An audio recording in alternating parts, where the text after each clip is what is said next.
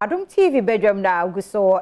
no na mega night bi beba so 26 December nti eno so ho asem no mame emfama sharp na Adom FM ne 360 group and the mega high life dance night eba Adom 106.3 and a 360 group at the mega high life and dance night eba 26 enumere Shasia den ani anyom to fo no de wo modo so pa ye beye wo Bayview village wa woni Madina hoye Atomic Junction hoye Atomic Junction ho no ma Bayview ubi se obi abeche hokra no wayi no ho adi dada enti bra na adwom to fo no do so Samuel Owusu ba ohine ba Kisi pa Thomas Baisa Simons Adani Best ene na agemai ene bebre ene wo mo bad ye wo hia 100 cedis VIP 150 VVIP regular so 50 Ghana cedis ebia na bibia digital nti wo pese wo to wo ticket ahead of 26 no so a short code no star 713 star #003 star 003 hash star 713 star 003 hash Nessa odi ato o ticket no yame yaduma 26 Bayview village ho na Adom FM the 360 group mega high life dance and night no and also baso ebreko animu no anso ye beka amobi anso ate baby ye drain so give a for chrome give us Herbal center for wo munro ahodo ba miensa Nenso ni eye no eso ani enso ka che na Romeo so adwuma na fe mu nyina so waye ni nyina asi ti dog abaso bodi bi wo ha adaroma na okukura ma no bofu enso do wasesem asi fom Alhaji Banda naam emo afisha pa alhamdulillah se ya ka we ya keke no de awie na bibi aboko de wafade no so ginam medase ya beto no so akire na de enko straight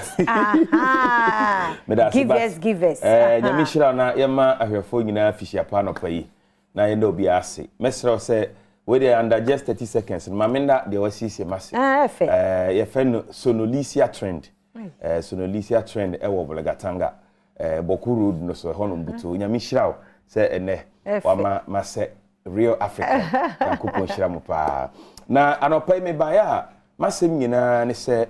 ye din sempa ebre ahwefo ye din sempa ebre omanmu nipa ewo omanmu se wo ye Ghana ni se wo nya Ghana ni tie ne se o te Ghana hanko ane de asem de koma na fe so mo so mo aburu kira mo hwe on social media no so YouTube ni Facebook nyina no Yemobi Afisha Padin Sem de Ebremo. Give us Herbal center de din obi wese aye household name e wo fie bia mu. Esan se Ghana ha se ye ka apomode ho nsem a ontumi nyi give us Herbal center free mu. Esan se ye ba ya che yie na ye ndo so abo manfo ama nyame adom so yegu so ye researcher egu so ye de ndo ni biba. Na foforo kra ye de abadwa so no give us GC mixture and I forgive us GC capsules. I also can you boom now. Now the etienne say Ghana ha na yetaye mistake bia. Me pese me twini pa dwini super. Emprempi no se be ma hia wo ba fofora.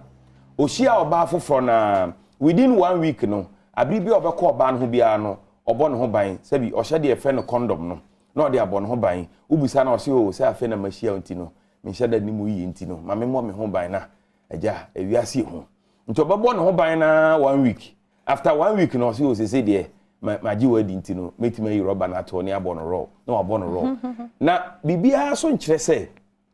oni oba nante for 1 week na ofi say o wo hu na wi ntino o yi rubber na to abo no raw no yare ya wo no ho aye ntwero ngu na ni mu hu da nti Ghana ha ye we emrante ne mabai wa bebre e wo sexually transmitted diseases na de ya wo mu say Emma bebre wo yare ni bia omunim so mo e wo yare ni bi because scientifically ni so ba enya sexually transmitted diseases na symptoms no che ansa na da dia mo ba na hu say wanya yare ni bi but mema ne de after 2 days 3 days no na symptoms na sha say da di ntim prempi no mema ne de na ehu ya de ne ntem but emma ne ta hye omo che eninti na so ba enya sa yare ni bi na wa hu ni ntem a tamo na nimra na ho so no na eba be di ne dem na de ete ne se wanya yade ni bi ache na wunim ana afa no wanya yare ni bia symptoms na da dia mo hu no me wo good news e de mo bia now de be mo hu se wanya namusa yade ni bi ni se wo hwa na ensansa bi abegu obema no ho wo ye oba nso a na abegu wahimfi ho na de ya wo ni se ensansa abegu wahimfi ho ene obema no ho ti no wonam nipa mkura na wudwi wonam nipa mkura mpo na I say fa onsa hye ho na ti emema no kwa de ya na de eboa ne se yetimi de ensa hye botom anya na esi ehwehwe bi bu obotom na yebi but ema de say na mobeye mo de na fa na so ene de tie ne say sa ni ngwase na wonam nipa mu a na ado onsa hye wase na wudwi because hene atwede na betiti ene no memfa onsa nko hobiem ko pesa ndomi no bi na no give us GC mixture and afa give us GC capsules obeka bom say na wanom enamu san yade bi atiti bia no ebe fi so etoda na se wo ho a na obema mu ye oya bema nso so tumi twist emprempi no mo ana omo ko oba ho a bema ni bi wa na omo pre ohu oba a obe pre no ho sa gidigidi opentem enti se bi nyame anya wadom na se obema na manimu so gina so na e bia o pre akọ oba no ho na oba no puni to kakra na otwe no kakra na nyame anya wadom na ade no kosi mpa no so a obetime pra enti enei mema bebre bema no atwiste obi won so ekuro ewo ne bema mu de ekuro ba bema mu ne ye namusa yade e ba sa na ye mfa nsuo hye ne miasa ekuro no obehia give us GC capsules and afa give us GC mixture no obeka bom sei na wanom oyo ba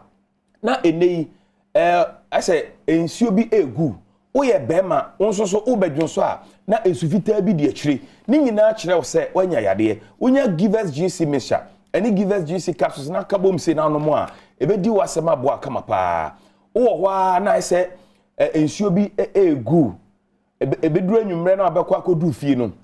obewro ho no na I say o boxer no mu no emu afọ na say ensuo bi ayeyeyem troka bi sabi ade anchia fa cheme because ade no so no kirem no anchirem ya nipa onte ase nti se wo wrong ho anwumre ana bi a daytime kra na say o boxer no mu afọ ensuo bi akika mu a enamu sa yade no eya na edu ba bi a ni sunsuan so ni bi no kope give us GC mixture na pe give us GC capsules kabom se nanom o tajo so ntentem wanya de fe no prostate enlargement eba sa jonso de wa age se o jonso because obi an prostate ho aka bia no se jonso no drop bi kura sogumpe e wo se o empty one empty a o ho ntow enti se ne wanya problem e wo o bladder mu a tem bia o jonso ntentem o kase ya na ho jonso udidi kura age se so ko jonso de wuye bia de se o jonso o ye driver o ko kakra ba mo cho me jonso aba sa ansa na madu ba bia mokọ ni nyina kire se wanya o ha e wo bladder se wanya ntem anko pesa ndomi no we bi anom ama na nsi oha na no kwan a odine sa de ne se be wi akiri no age se ye de rubber ehye wo be mam na wote asase we so ayemfa rubber ehye wo be mam no wankasa wonim se de etie na ye san de rubber be ehye wo be mam obehia give us GC capsules and afa give us GC mixture oba bia ubunsa ensisi so ubunsa ensabo no ensisi so ye ma oba bi bu ne sa 2 weeks obi so bu ne sa 3 months ni nyina no enye normal de bia meka kope give us GC mixture and afa give us GC capsules ebiem oba bi o na so bu ne sa emoja na etu no eba bebre utum say heavy bleeding pa sister enye normal oba bi nso o na so bu ne sa emoja na eba na ba drop say esoso koko eno so enye normal ebiem o bu nsa na emoja no moja na etu no ani ay cloudy asa ani ay etu mesrew ontiapo kopa dunanom yade ni bi wo ha ehihye ye ho ye hunsi ye yare nanso symptoms be breda di kire se ye yare now the man ye nika na ede ne se edie fo asan ye ndo ni nyina se na de omo kan se mentwen kra ma yare no mansa na wakopa du ne kira kwan endo mienu wei se wo yare o se wo nyare o se wo symptoms o se wo symptoms o se wo ye oba o se wo ye bema o e ma ne mpa ho da abri bia ma ne ho na no udidi wi a no bi bobo no bra na ento ne bo ase ne nsanfro ne nyi oha bia mfiri so sa wo do ho tundo we so a me ka hye nyankopon de ne monyam se yade amabobo so ha amabobo so na munsa yade ne sa no ma ne nyina no ebe siesieu abo ho ban obema na nsansa bia begu ho na wodwonso ansufita bi de akire etodanso a wadwonso wie na wo ba bekọ no na se dwonso san de o ne nyina na to betwa de be wie nie Baransa na no ye number no negu screen ase no. Obetumi apeke number na wa frɛ yen. Bibia wonte ase bia pese obusa bia no frɛ na obusa ye a ye beyi wa no na ya boa wo amoanya nkyiremu bia ohia bia. De de sorry nie. Ye fɛ ne give us eba mesha. Se ya te bo no so de aba 16 cedis ana 18 cedis. Eno nkwa no mate so ana. We need a new product nti we de na bo bia ni market afi na aba nti we o kan bia nya yi. We na amanfo ehunu se bia ha. First na 25 cedis, but se sia no aba 18 cedis. Eti o koto a entoma munosa. Eno ye for malaria, typhoid, jaundice, fever. Malaria ye yare ye mu no ha. Nanso yade no ekumi yen, esen yade bia. Oba Africa ha yade ekuni papa ye malaria tidi yare. Nanso ye mu yade no. Na droni afa wuntumi didi a kope bi nanom. Ni nyina no ebeboa kama pa. Se wo yare o se wo yare o. Ndu ni nyina no. Fa ho to so na meka wo se Ghana ba bia ye to aduro bia so no obenya ye do no bi number no ne yenko 0543 222 but your 2 near me ensa and a 470 0543 222 470